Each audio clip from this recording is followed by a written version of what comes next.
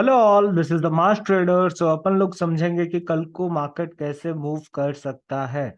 तो अगर यहाँ पे देखेंगे, आज का डेट क्या है, 13 तारीख, मतलब tomorrow is 14th of December, जबकि निफ्टी का एक्सपायरी होता है।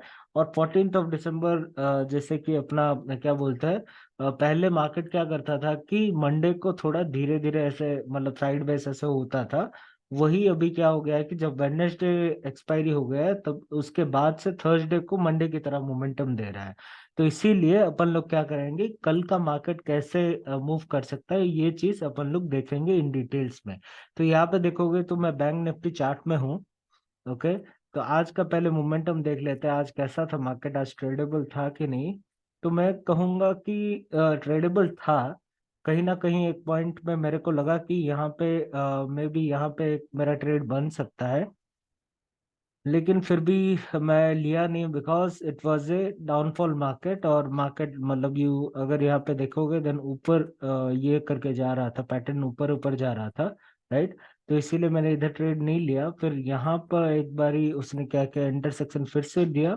तो यहाँ पे मैं सोचा कि ट्रेड लूं, लेकिन फिर भी मैं नहीं लिया। पता नहीं क्यों, मेरे को मन ही नहीं कर रहा था कि ट्रेड लेने के लिए।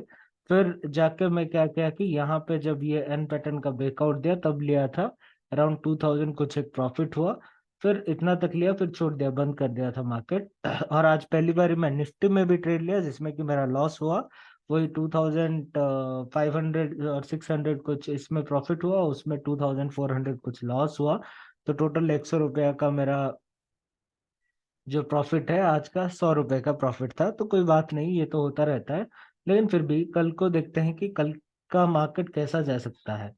राइट। अभी अगर आप लोग देखोगे यहाँ पे इन द चार्ट इटसेल्फ, तो यहाँ पे आपको क्या देखने के लिए मिलेगा कि मार्केट ने आज क्या किया कि एक डब्ल्यू पैटर्न बनाया, फिर उसका एक ब्रेकआउट दिया, तो थोड़ा बहुत मूव दिया। उसके बाद फिर से वो नीचे ही आ गया। राइट। बिकॉज यहाँ पे क्या है, यहाँ पे एक रेजिस्टेंस है। राइट। और यहाँ पे एक रेजिस्टेंस बन गया है, फिर यहाँ पे एक रेजिस्टेंस है। तो ऊपर में अभी रेजिस्टेंस एक्चुअली बहुत सारे जगहों पे है। तो इसीलिए अपन को देख के ट्रेड करना पड़ेगा भाई। देखते हैं। तो इधर अगर अपन लोग देखेंगे तो अपना रेजिस्टेंस कहाँ कहाँ पे है। आज का हाई एक रेजिस्टेंस बनेगा। राइट। ये वाली जगह एक रेजिस्टेंस बन सकता है। और यहाँ पे एक रेजिस्टेंस है 47,300। तो कल को अगर इफ टुमारो गैप अप खुलता है, राइट, गैप अप खुलता है, इसके ऊपर अगर खुलता है मार्केट, देन इसी के अंदर फंस जाएगा। तो इसीलिए we will not trade, like I will not trade, you can plan your trades according to you. लेकिन मेरा तो ट्रेड नहीं बनेगा अगर कल को मार्केट गैप अप खुलेगा तो। अगर कल को मार्केट फ्लैट खुलता है then only like we will get a good trade tomorrow, जो कि फ्लैट का एक अच्छा खासा ट्रेड है, 200-300 पॉइंट का आपको मिल सकता है। देख लेते हैं कैसे हो सकता है। तो let's say this is our flat zone. Okay. ये अपना फ्लैट जोन है।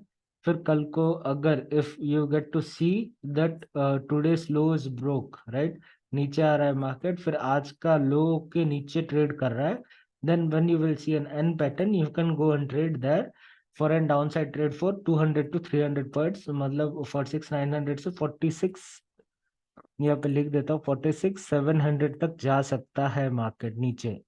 क्योंकि नीचे सपोर्ट बहुत कम है और ऊपर रेजिस्टेंस बहुत ज्यादा है। तो इसीलिए अपन लोग क्या करेंगे कि अगर आज का लो तोड़ता है then we can plan a trade for down side. वो भी अराउंड 200 पॉइंट्स का एक अच्छा खासा ट्रेड आपको मिल जाएगा, जिसमें कि 100 पॉइंट आप कैप्चर कर सकते हो बैंक निफ्टी में। और अगर गैप अप खुलता है, इसके ऊपर अगर खुलता है देन नो ट्रेडिंग डे। और अगर इफ फ्लैट ओपन होता है, अगर गैप डाउन भी खुलता है, then also we can get a trade इसके नीचे ही। राइट। यही चीज मेरे को दिख रहा है कि इसके नीचे ही अपने को एक ट्रेड मिल सकता है, वरना कुछ ट्रेड है नहीं जिस जो कि अपने को मिल सकता है। ओके। तो ये चीज आप ध्यान में रखना और उस हिसाब से अपना ट्रेड्स वगैरह ले लेना। ठीक है। और 515 ईएमए भी काम करेगा, अपसाइड डाउन साइड जो भी ट्रेड होगा उसमें 515 ईएमए का काम जरूर करेगा।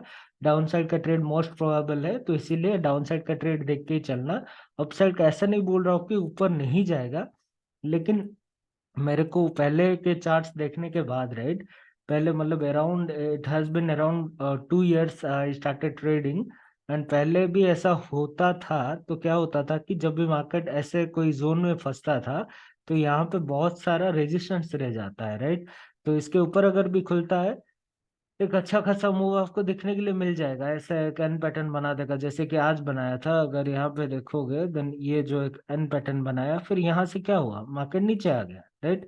फिर उसके बाद फिर से कंसोलिडेट किया, उसके पास गया, फिर जाके फिर से नीचे आया। तो यही चीज यहाँ पे भी हो सकता है। तो why to take a risk, right. Risk लेके क्या ही फायदा रहेगा, उस दिन को छोड़ ही दो ना, जो पैसा जाने वाला होगा वो पैसा रह जाएगा आपके पास। तो अच्छा ही है आपके लिए, राइट। तो ये चीज आपको ध्यान में रखना है, राइट। क्योंकि बहुत सारा क्या बोलते हैं रेजिस्टेंस वगैरह ऊपर है, ऊपर साइड में है।